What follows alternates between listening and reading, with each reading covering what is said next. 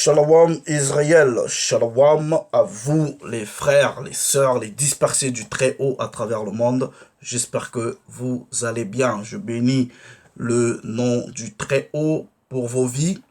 Et je dis aussi un grand shalom à la fille et au fils des nations païennes attachées à Israël. Les frères, que le Très-Haut soit glorifié. J'espère que vous allez très bien. Moi, de mon côté, je donne toute la gloire au Père. Je vais très bien, malgré une extrême fatigue. Mais le Très-Haut est grand, il est glorieux et je lui suis reconnaissant de me renouveler les forces tous les jours. Que son nom soit glorifié. Père, merci pour un temps pareil que nous allons partager ta parole. Ouvre l'intelligence à tout un chacun. Ma prière pour Israël, Père, que nous soyons tous sauvés. Or, ta parole dit que cette vie éternelle consiste à te connaître, toi, le vrai pouvoir, et ton Fils, le Mashiach, que tu nous as envoyé. Ma prière, Père, dans ces temps des troubles de Jacob, que tu préserves la vie de mes frères, des fils et filles de Jacob, et que tu préserves aussi la vie des fils et des filles des nations païennes qui sont attachés à ton peuple. Père, au travers le monde, je te prie d'être attentif à leurs supplications et que, au carrefour des nécessités de tout un chacun, tu puisses les rencontrer. Ceux qui sont dans le besoin des fruits des entrailles, que tu leur accordes. Ceux qui sont dans le besoin du mariage, que tu leur accordes. Ceux qui sont dans le besoin de la santé, que tu leur accordes. Afin que ton nom soit toujours glorifié et que tu te manifestes au milieu d'Israël et au milieu de ceux qui sont attachés à Israël comme le pouvoir de toutes choses. Par ton nom merveilleux et par celui de ton Fils le Mashiach, je dis toute la gloire à toi, ainsi soit-il là. Oh praise. Bon, les frères, nous allons rentrer dans la parole. En réalité, j'avais prévu apporter une correction biblique sur un certain enseignement que j'ai vu sur Internet. Et chemin faisant dans la préparation et dans l'étude, l'Esprit du Père m'a orienté vers ce sujet. Et c'est ce que nous allons partager. De quoi il s'agit? Nous allons parler de la femme avec la perte de sang. On va comprendre sa symbolique, sa profondeur et le miracle qui va résider dans la loi. Vous voyez, c'est une histoire que plusieurs personnes ont lue. Plusieurs personnes peuvent aussi avoir différents enseignements, en tout cas différentes leçons par rapport à cette séquence.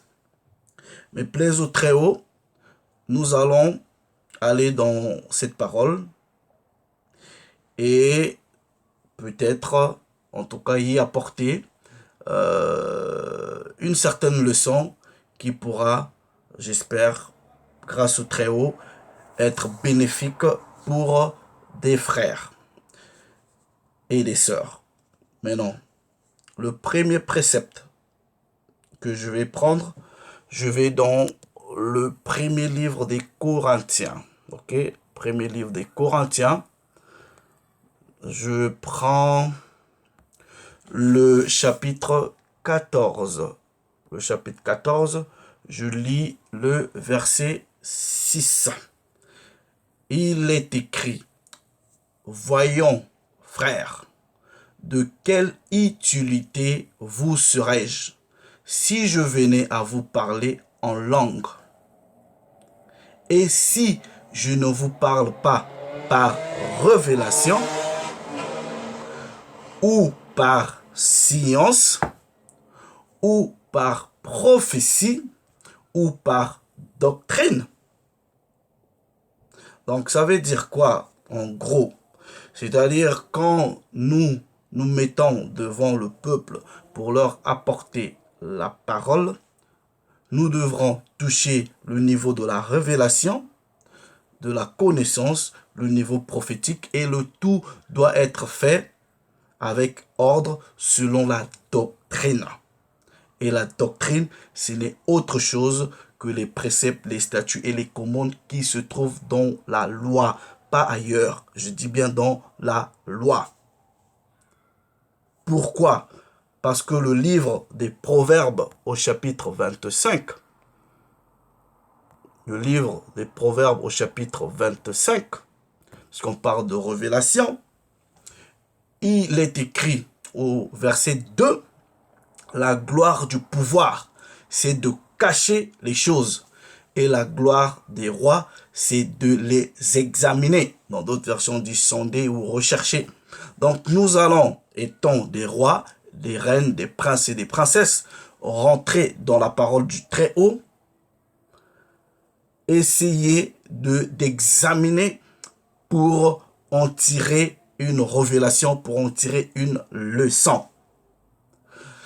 Cette histoire de la femme avec la perte de sang, c'est une histoire qui est connue. Elle se trouve notamment dans ce qui est appelé communément le Nouveau Testament ou l'Alliance renouvelée. Ok, on va dire ça comme ça.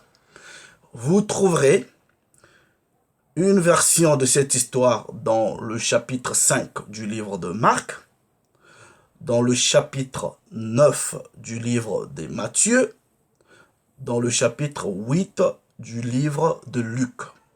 Donc dans le livre de Marc, vous prenez à partir du verset 21, Marc 5, 21, vous descendez. Dans le livre de Matthieu, c'est Matthieu chapitre 9 à partir du verset 20. Et dans le livre de Luc, c'est le chapitre 8 à partir du verset 43. Mais pour les raisons de cette vidéo, je vais choisir le texte de Marc qui apporte un peu plus de détails. Nous allons sonder les choses étant que des rois, les examiner et en tirer des leçons. Vous allez comprendre qu'en réalité, plusieurs veulent des miracles, plusieurs cherchent des miracles. J'ai vu des miracles, des guérisons s'accomplir dans la vie des gens sans même que quelqu'un d'autre prie pour ces personnes-là, mais juste parce que ces gens-là ont commencé à obéir aux lois, aux statuts, aux préceptes. J'avais des gens, des frères, des sœurs à moi, nous réunissons, nous prions ensemble.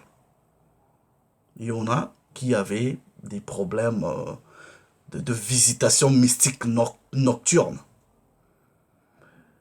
Et quand j'ai connu ces quelques personnes-là, c'est vrai qu'au départ, c'était des gens qui étaient dans le christianisme.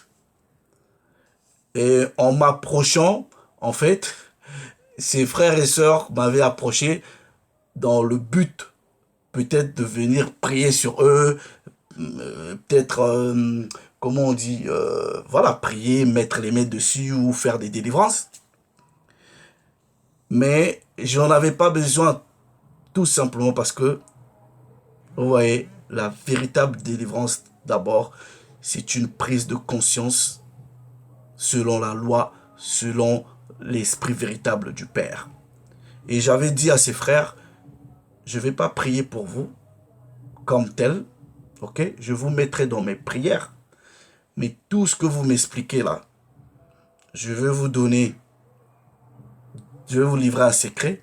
Regardez ce que vous devrez faire. Voilà, voilà, voilà, voilà, voilà. Si vous commencez à mettre en pratique les statuts, les commandements, les lois du Très-Haut, ces choses-là vont quitter vos vies sans effort. Et j'ai reçu de ces témoignages favorables juste après qu'ils ont commencé à appliquer les lois, les préceptes au meilleur de leur habilité. Ils n'avaient plus ce genre de manifestation. C'est pour cela quand nous encourageons les frères aux statuts, aux préceptes, aux lois du Très-Haut, c'est justement là que réside le salut de tout un chacun. Nous allons prouver cela par le récit de cette femme. Nous partons dans le livre de Marc.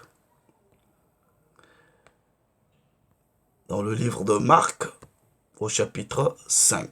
Ok, nous allons commencer à partir du verset 21. Il est écrit, à partir du verset 21, le Machia ayant de nouveau traversé la mer dans la barque, comme il était près du rivage, une grande foule s'assembla autour de lui. Alors vint un des chefs de la synagogue, nommé Jaïr ou Jairus, nommé Jaïr, qui en le voyant se jeta à ses pieds et le pria avec insistance, disant, ma fille est à l'extrémité. Venez imposer votre main sur elle, afin qu'elle soit guérie et qu'elle vive.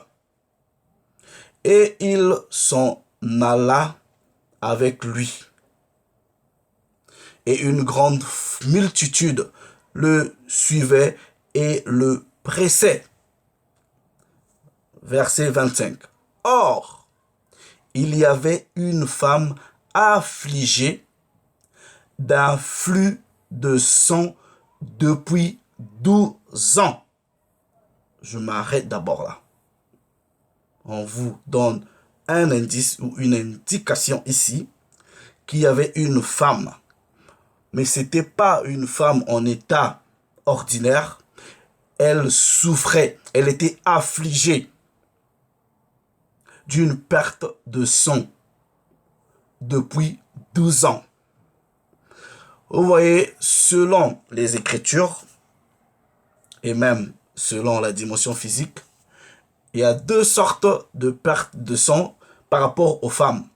C'est-à-dire, il va avoir une perte de sang qui est selon la nature, mais deux fois, cette perte de sang-là dépasse les normes ou les limites naturelles. Vous allez remarquer, il y en a qui vont avoir un flux sanguin plus long, il y en a plus court, mais il y en a, ça va être beaucoup plus extended, comment dire, beaucoup plus, en fait, c'est le sang qui coule plus longtemps que prévu.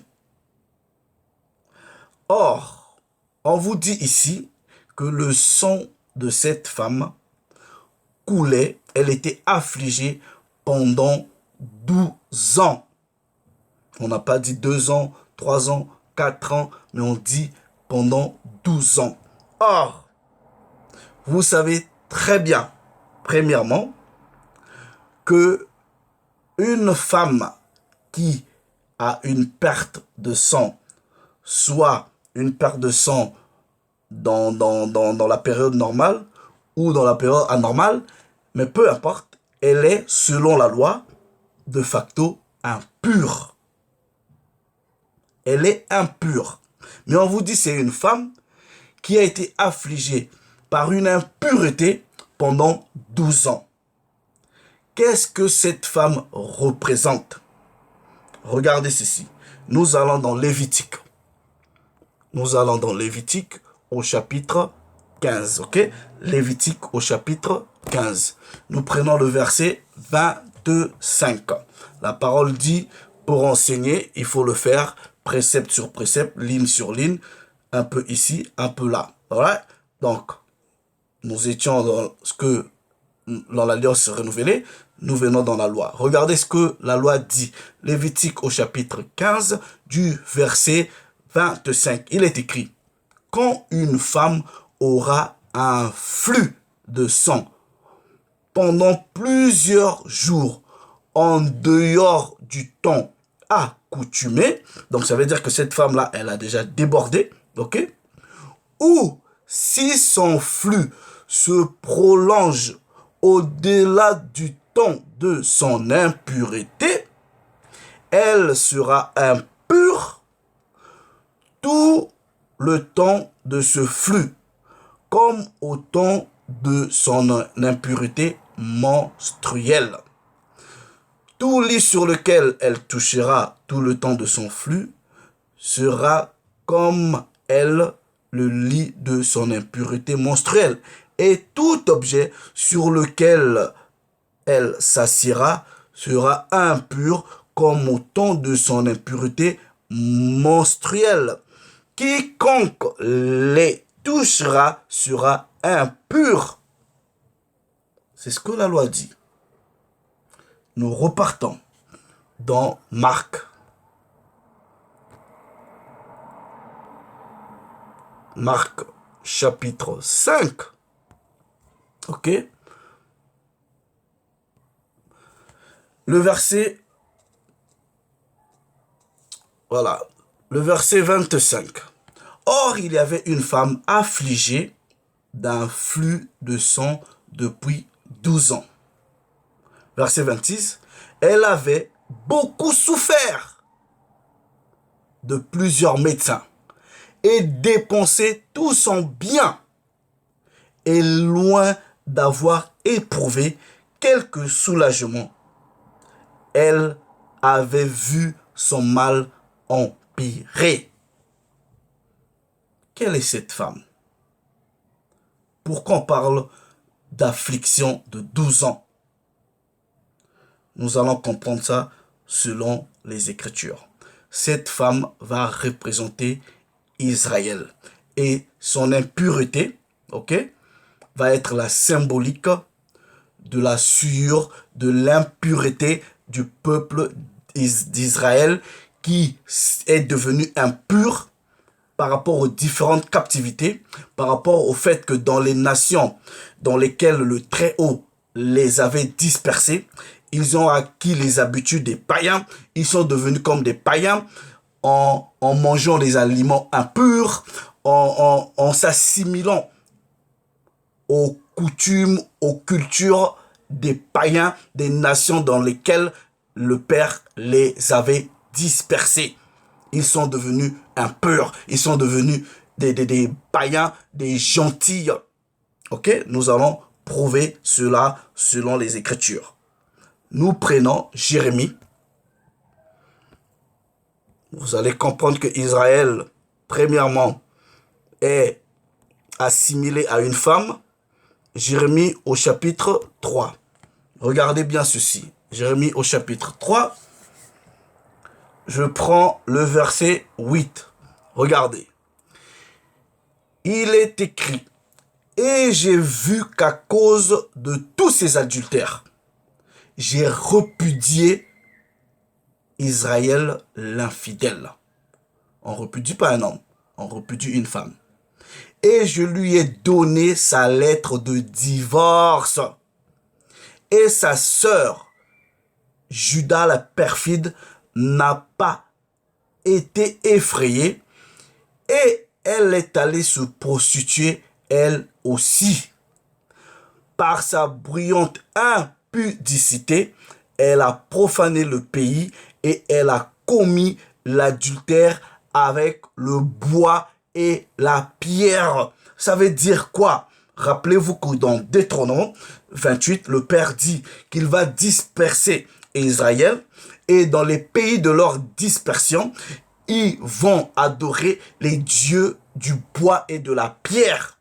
Ça veut dire, à l'heure actuelle, on parlera du christianisme qui est représenté par un bois, soi-disant la croix, ok? Et l'islam, la pierre, toutes les autres formes de religion. C'était ça l'impudicité, c'était ça l'impureté. Et le père a fait quoi? Lui a donné à Israël, cette femme-là, une lettre de divorce. Est-ce que vous comprenez? On va encore prouver que Israël est une représentation de la femme. Nous partons dans le verset 6. Regardez ceci. Il est écrit, chapitre 6 plutôt, au verset 2. La belle et la voluptueuse, je la détruis, la fille de Sion. Vers elle viennent des bergers avec leurs troupeaux. Ils planteront leurs tentes autour d'elle. Chacun pâturera son quartier. En gros, Israël sera mis en pillage. Le peuple va être dispersé. Ok? Et dans les versions anglaises, je prends Jérémie chapitre 6, il est traduit, j'ai comparé Israël comme à une femme belle et voluptueuse. Ok? Je vais prendre en anglais, juste pour vous prouver que Israël est comparé à une femme. Ok? Regardez, il est traduit ou il est écrit, ok, I have likened. Donc j'ai comparé la fille de Sion, ok, to a comely, c'est-à-dire belle, et à une femme belle et délicate. Est-ce que vous comprenez? Donc Israël est comparé, ou Sion est comparé à une femme. Nous allons encore donner un dernier précepte pour prouver cela. Nous allons dans le livre de Révélation ou Apocalypse. Nous prenons le chapitre 12. Je reviendrai sur ce chapitre pour l'expliquer précepte sur précepte. Je l'avais prévu, mais non, je prends en français, excusez-moi. Apocalypse chapitre 12 pour vous parler de la femme. Apocalypse chapitre 12. Regardez, il est écrit: un grand signe parut dans le ciel, une femme enveloppée du soleil, la lune sous ses pieds et une couronne de 12 étoiles sur la tête. Elle était enceinte et elle criait, étant en travail et dans les douleurs de l'enfantement. Un grand signe parut encore dans le ciel, et voici, c'était un grand dragon rouge, ayant 7 têtes et 10 cornes, et sur ces 7 têtes des diadèmes. Vous pouvez coller ce précepte-là avec Daniel, ok, pour savoir c'est qui le dragon rouge. Mais la femme, c'est Israël. On dit, je prends à partir du verset 5, il est écrit, elle enfanta un fils qui doit paître toutes les nations avec une verge de fer.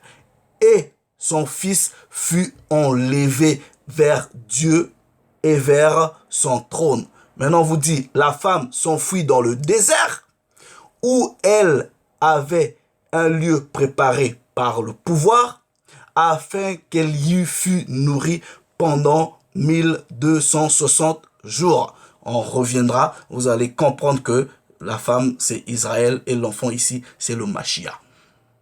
Nous repartons dans le sujet. Regardez ceci. Marc, chapitre 5. Maintenant, on vous dit que la femme, en fait, elle avait dépensé, regardez le verset 26, elle avait beaucoup souffert entre les mains de plusieurs médecins. Et elle avait dépensé tout ce qu'elle possédait. Or, les médecins ici vont représenter qui?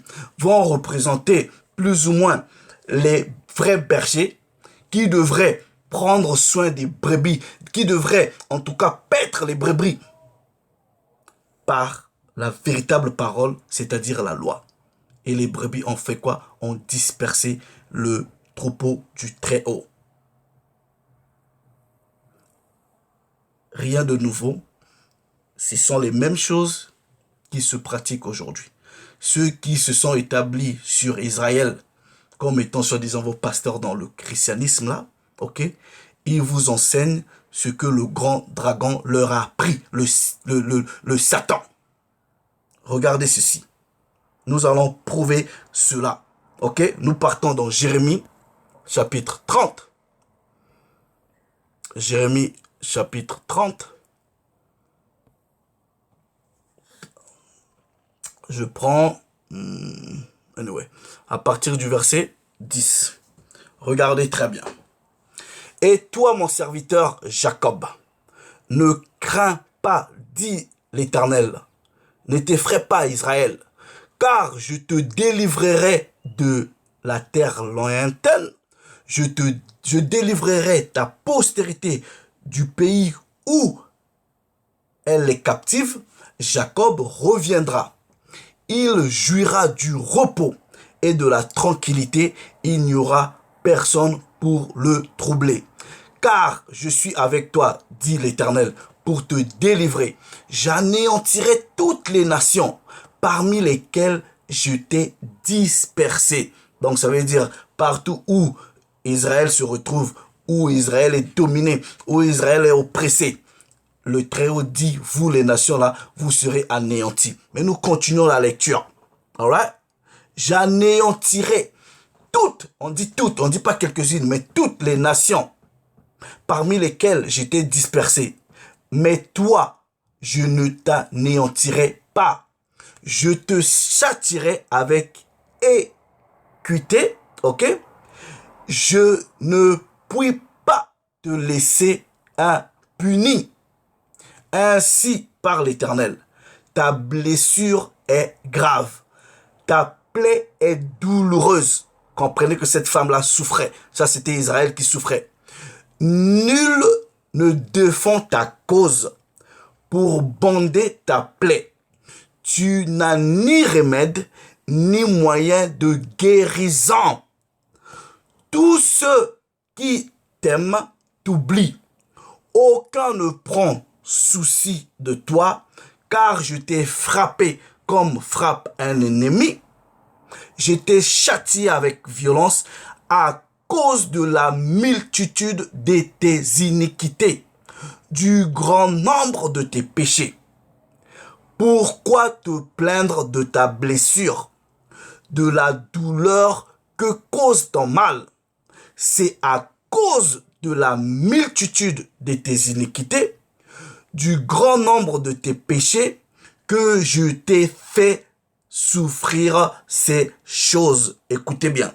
Cependant, tous ceux qui te dévorent, y compris les faux pasteurs, y compris ceux chez qui nous sommes allés en captivité, cependant, ceux qui te dévorent seront dévorés.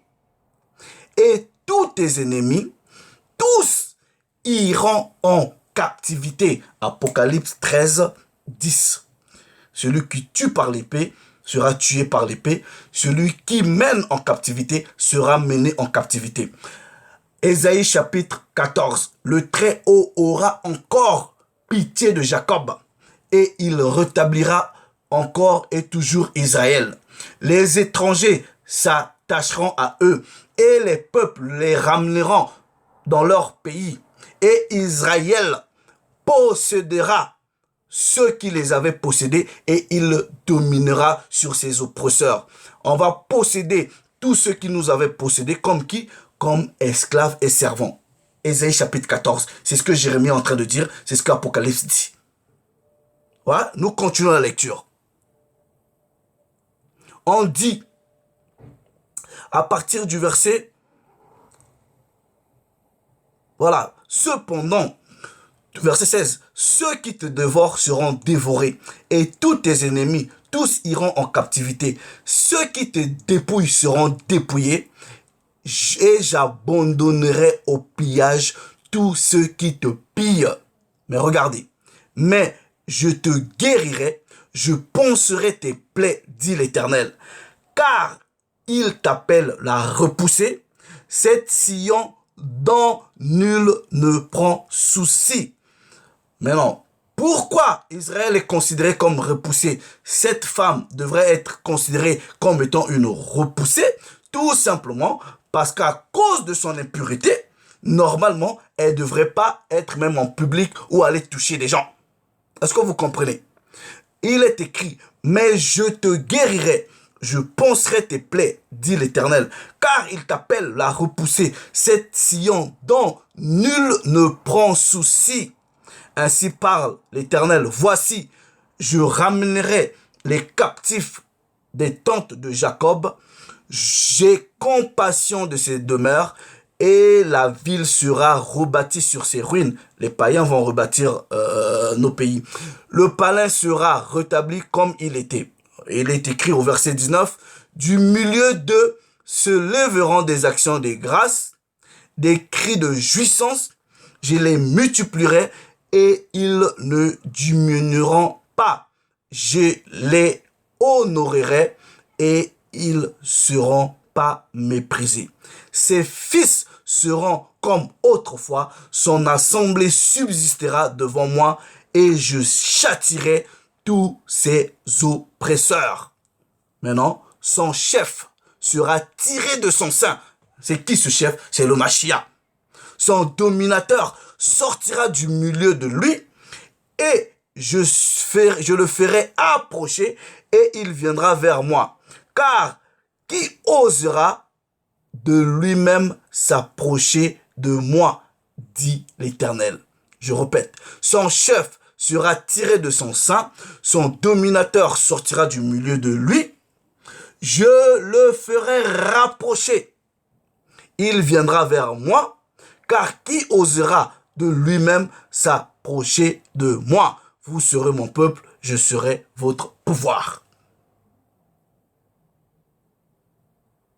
Est-ce que vous comprenez? Non. Nous repartons dans Marc. Marc chapitre 5. Donc vous comprenez que Israël, personne n'a eu soin de lui. Méprisé, ok? Pillé. Comment on dit? C'est un verbe là, j'ai oublié. Bref, tous ces biens on a pris. On prend le verset 27. Ayant entendu parler du Mashiach, elle vint dans la foule par derrière et toucha son vêtement. Or, vous devrez savoir que Israël s'est retrouvé dans la condition de la soumission, de la servitude, dans l'avilissement à cause de la désobéissance de la loi. Maintenant, regardez bien ceci. On dit la femme a touché ses vêtements. Elle dit, ayant entendu parler du Mashiach, elle vint par derrière et toucha son vêtement. Je vais, pour ce fait, dans Matthieu, ok? Je vais prendre un précepte. Maintenant, vous allez voir quelle était la partie du vêtement qu'elle avait touché. Quelle était la partie du vêtement qu'elle avait touché. Et cette partie-là représente quoi? Je prends Matthieu chapitre 9. Ok? C'est la même histoire. Mais je vais prendre le verset 20. Regardez ceci. C'est la même histoire. Mais ici, on va utiliser d'autres termes. Matthieu chapitre 9, verset 20. Version de la Bible de la liturgie. Il est écrit. Et voici qu'une femme souffrant d'hémorragie depuis 12 ans, s'approcha par derrière et toucha la frange de son vêtement. Elle toucha la frange de son vêtement. On vous parle de la frange de son vêtement. Bible second 21, toucha le bord de son vêtement. Bible des peuples, il dit, vint toucha la frange. Ok? La frange, ça ordonne. Je vais vous montrer qu'est-ce que la frange représentait. Ok? Pour que vous compreniez pourquoi, en tout cas, la femme, elle est partie toucher la frange des vêtements du du Mashiach. Ok? C'était symbolique. Hold on. C'était symbolique de quelque chose. Et à titre de rappel, vous savez que Israël, comme je dis, est allé dans toutes ces conditions-là à cause de la désobéissance. Et cette femme qui va voir le Sauveur, mais elle va toucher la frange. Mais la frange représentait quoi? Regardez, nous prenons le livre des Nombres. Livre des Nombres au chapitre 15.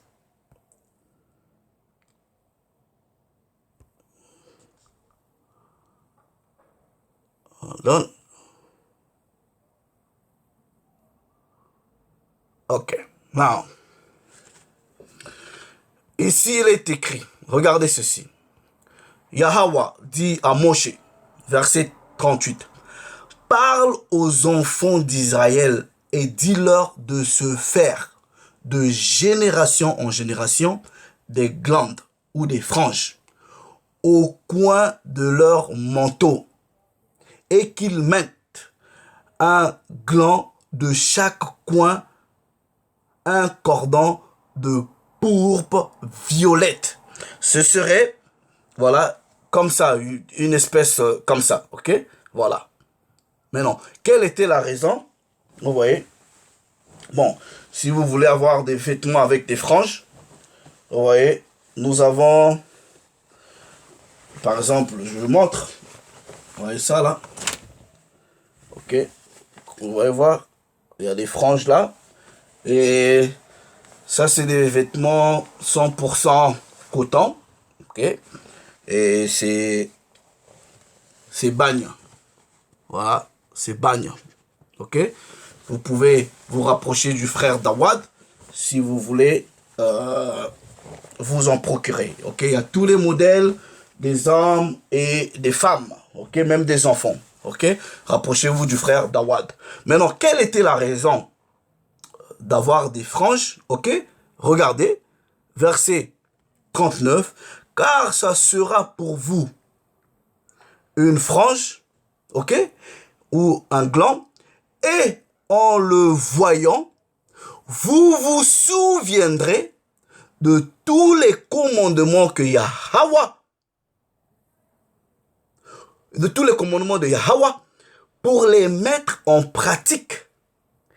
Et vous n'irez pas après les désirs de votre cœur et de vos yeux qui vous entraînent dans l'infidélité. Vous vous souviendrez ainsi de tous mes commandements et les mettrez en pratique et vous serez saints. Donc, cette femme-là avait compris en fait que si qui représente Israël, la seule façon ou le seul moyen d'Israël de revenir vers le Père, c'était de se souvenir de la loi. Et la loi prescrivait aux enfants d'Israël d'avoir des franges sur leurs vêtements. Et à chaque fois, ils regardent leurs franges, ils se disent, qu'ils se souviennent, en réalité, nous avons des lois à respecter. C'était une sorte d'alarme, un mécanisme d'alerte. C'est-à-dire, même quand tu veux peut-être commettre l'iniquité ou faire quelque chose qui est contre la loi, en regardant peut-être que tu as des franges, que ça te dise, en fait, que ça te rappelle que non, tu ne dois pas faire ceci ou cela.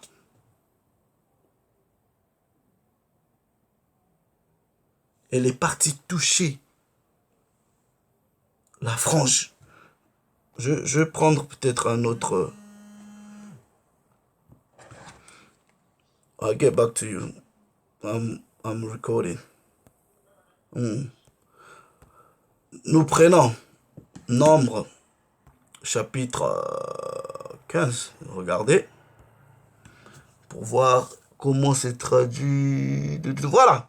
Dans cette version, on dit: parle aux enfants d'Israël et dites-leur qu'ils se fassent de génération en génération une frange. Comprenez? Donc, c'est pas pour rien. Maintenant, cette femme, nous repartons dans Marc, chapitre 5. Ok? Cette femme, elle va aller toucher comme on a lu dans Matthieu, la frange du vêtement du Mashiach. En fait, c'était la symbolique d'un retour, d'un souvenir. Qu'en réalité, si Israël s'est retrouvé dans sa condition d'impureté, c'est à cause de la désobéissance. Et que, en repartant vers la loi, par la foi au Mashiach, c'est là qu'Israël va avoir sa guérison. Je partageais une petite expérience avec le frère Dawad. À mon travail, mon lieu habituel de travail a été fermé à cause du corona. Et tout le personnel a été redéployé dans différents hôpitaux. J'ai vu ou je vois des cas des gens qui sont malades. J'ai jamais vu des choses comme ça dans ma vie. Et les gens que j'ai rencontrés là-bas, je leur ai posé la question de savoir comment vous arrivez à travailler en voyant des cas comme ça. Mais ce que j'ai remarqué, que plusieurs de mes frères, plusieurs de ces Israélites-là, qui étaient là malades, différentes maladies, hein, ça pouvait être cancer, je sais pas, les maladies de sang, avec le corona. Mais la plupart, quand je lis leur fiche de santé là, avaient toujours des problèmes liés à l'alimentation. Et quand j'ai dit au frère Dawad, j'ai dit, waouh, frère, il faut prier pour Jacob. Parce que ce que je vois au travail là, c'est compliqué. Et pour moi-même, même si je le pensais, je n'avais pas dit, mais le frère m'a dit, oui, mais tu sais, Jacob, c'est les lois. Les gens tombent aussi malades parce qu'ils ne respectent pas les lois alimentaires. Parce que on tombe malade souvent par notre hygiène de vie, par notre style de vie. Vous comprenez? Nous repartons dans la parole. Il est écrit, verset 28, car elle se disait, si je puis toucher son vêtement, je serai guéri. En réalité, si je repars dans la loi, c'est là ma guérison. Au même instant, la perte de son s'arrêta. Est-ce que vous comprenez? À l'instant même, elle a touché la frange qui était symbolique de la loi. Boum! Guérison, et le miracle s'est produit à cet instant-là. Est-ce que vous comprenez, les frères? La parole dit, au même instant, la perte de son s'arrêta. Et elle sentit dans son corps qu'elle était guérie de son mal. Le Mashiach connut aussitôt en lui-même qu'une force était sortie de lui. Et se retournant au milieu de la foule, il dit, qui a touché mes vêtements?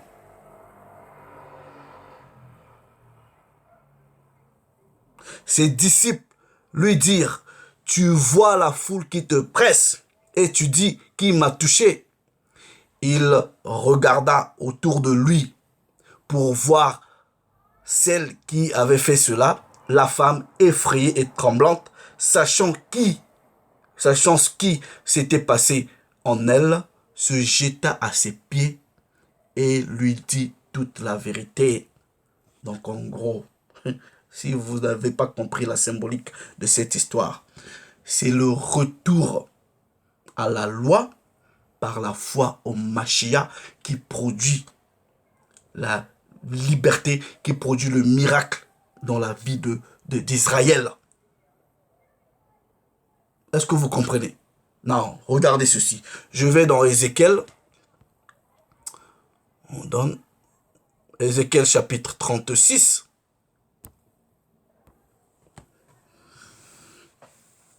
Je lis au verset 17. Fils de l'homme, ceux de la maison d'Israël, quand ils habitaient leur pays, l'ont souillé par leur conduite et par leurs œuvres. Leur conduite a été devant moi comme la sueur d'une femme pendant son impureté.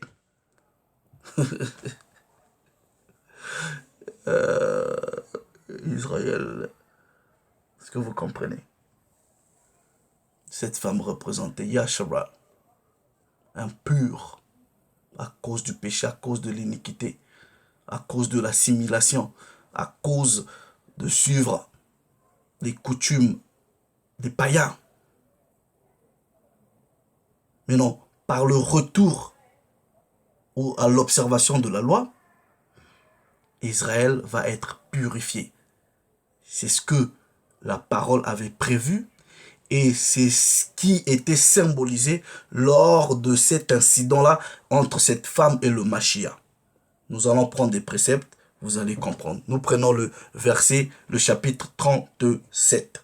Il est écrit, le chapitre 37 du livre d'Ézéchiel. Nous prenons à partir du verset 21. Vous connaissez ce chapitre, en tout cas. Vous devrez normalement le connaître. C'est un chapitre très important. Vous voyez les chapitres comme Ézéchiel chapitre 37, les Deutéronome 28, tout Israélite, ça c'est comme ça.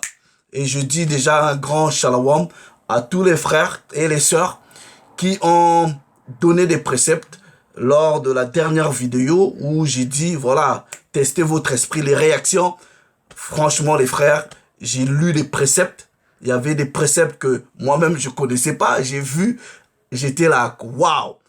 Et j'ai senti qu'Israël, en tout cas parmi les fils et les filles de mon peuple, il y en a qui ont l'esprit du Très-Haut et qui sont dans l'esprit de cette vérité. En tout cas, un grand shalom à vous. C'est très important d'exercer un peu votre sensibilité.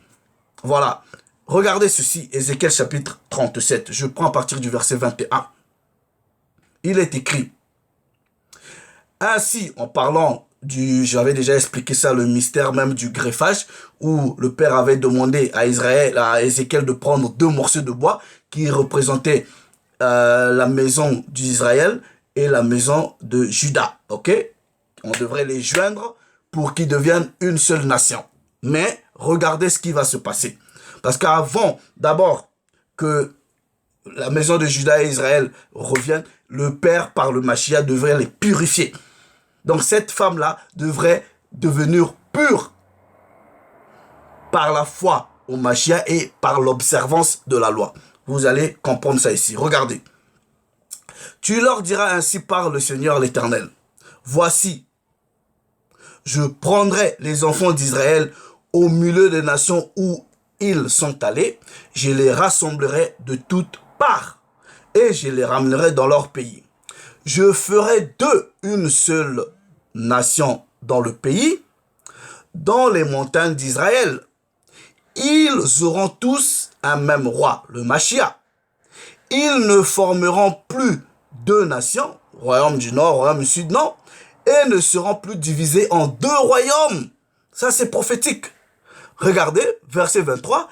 Ils ne se sueront plus de leurs idoles, de leurs abominations et par toutes leurs transgressions. Je les retirerai de tous les lieux qu'ils ont habités et où ils ont péché. Maintenant, qu'est-ce qui va se passer? Je les purifierai. Ils seront mon peuple et je serai leur pouvoir. Cette femme, quand elle a touché le Mashiach, elle a été purifiée. Elle a touché quoi? La frange. Et la frange représentait quoi? La loi, les frères. That's the scripture. C'est ça les Écritures. Et c'est cette loi-là qui va donner la vie. Regardez ceci. Nous repartons dans Marc, pour finir. Marc, chapitre 5. Regardez. Maintenant, regardez. Car elle avait dit, verset 28, si je puis toucher ses vêtements, je serai guéri. Vous comprenez que ces vêtements, on parle de la frange. Au même instant, la perte de sang s'arrêta et elle sentit dans son corps qu'elle était guérie de son mal. Le Mashiach connut aussitôt en lui-même qu'une force était sortie de lui, et se retournant au milieu de la foule, et il dit, qui a touché mes vêtements? Ses disciples lui dirent, tu vois la foule qui te presse, et tu dis, qui m'a touché? Il regarde autour de lui pour voir celle qui avait fait cela. La femme, effrayée et tremblante, sachant ce qui s'était passé en elle, vint se jeter à ses pieds et lui dit toute la vérité. Israël va revenir vers le Mashiach pour dire toute la vérité au Mashiach. J'ai péché, j'ai été prostitué, j'ai commis l'adultère en suivant d'autres dieux, les dieux du bois et de la pierre. Et aujourd'hui, je viens reconnaître que oui, j'ai péché. C'est ça en fait. Elle a dit toute la vérité, que c'est moi qui ai fait cela. C'était une sorte de confession, bien que on confesse ses péchés au Père. Mais elle a confessé devant le Mashiach, et c'est ce Mashiach-là qui était là pour, en tout cas, plus ou moins jouer cette médiation. Nous faire un rappel au retour à la loi par la foi en lui. Il est écrit, maintenant regardez ceci, mais le Mashiach lui dit, ma fille, ta foi t'a sauvée, va en paix et sois guérie de ton mal.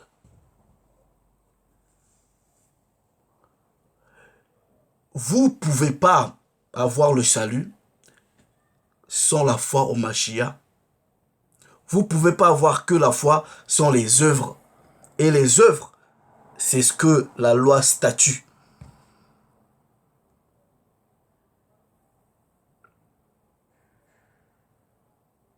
Regardez. Verset 35.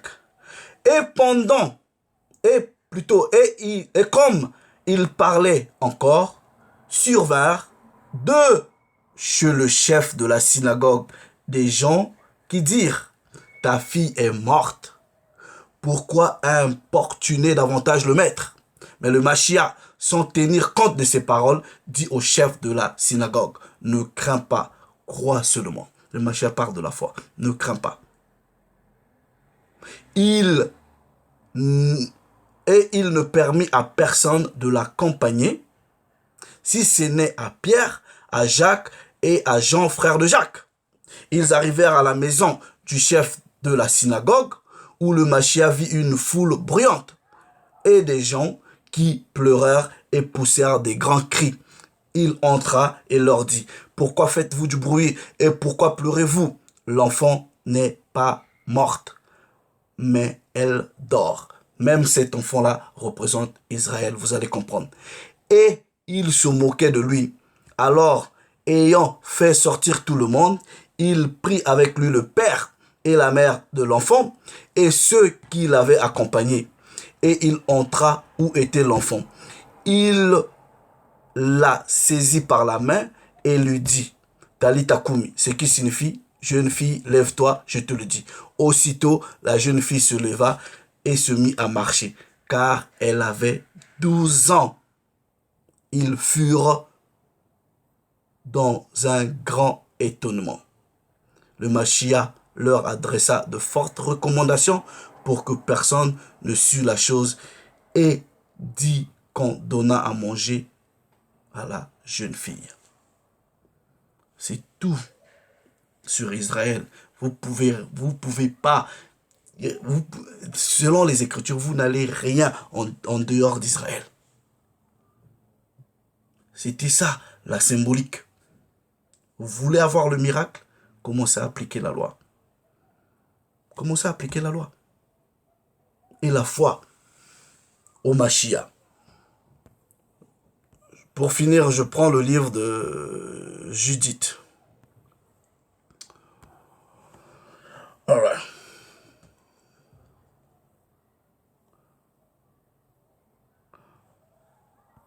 Je prends le livre de Judith. Hold on.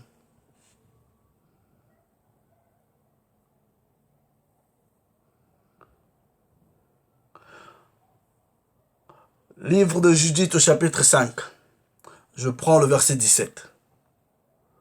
tant qu'ils ne péchèrent pas en présence de leur pouvoir, leur prospérité fut avec eux, car ils ont un pouvoir qui est l'iniquité. Quand au contraire, ils s'écartèrent de la voie qui leur avait assignée, une partie fut complètement détruite en de multiples guerres. L'autre fut conduite plutôt en captivité dans une terre étrangère. Le temple de leur pouvoir fut rasé et leurs villes tombèrent au pouvoir de leurs adversaires. Alors, ils se retournèrent à nouveau vers leur pouvoir, remontèrent de leur dispersion des lieux où ils étaient disséminés, reprirent possession de Jérusalem, où se trouve leur temple, et repeuplèrent la montagne demeurée déserte. Donc ça veut dire quoi? À chaque fois, Israël s'éloigne des lois, des préceptes, des statuts, des commandes. Israël est mort. Israël est méprisé. Israël est oppressé. Mais à chaque fois Israël revient, c'est là qu'Israël a le salut. Et cette femme-là représentait la symbolique d'Israël, qui était devenue impure. Et que le Père devrait purifier, ok, à travers le retour à la loi, par la foi au Mashiach. Le Très-Haut s'est encore glorifié, tout en espérant que cette petite édification vous a été bénéfique. Shalom les frères.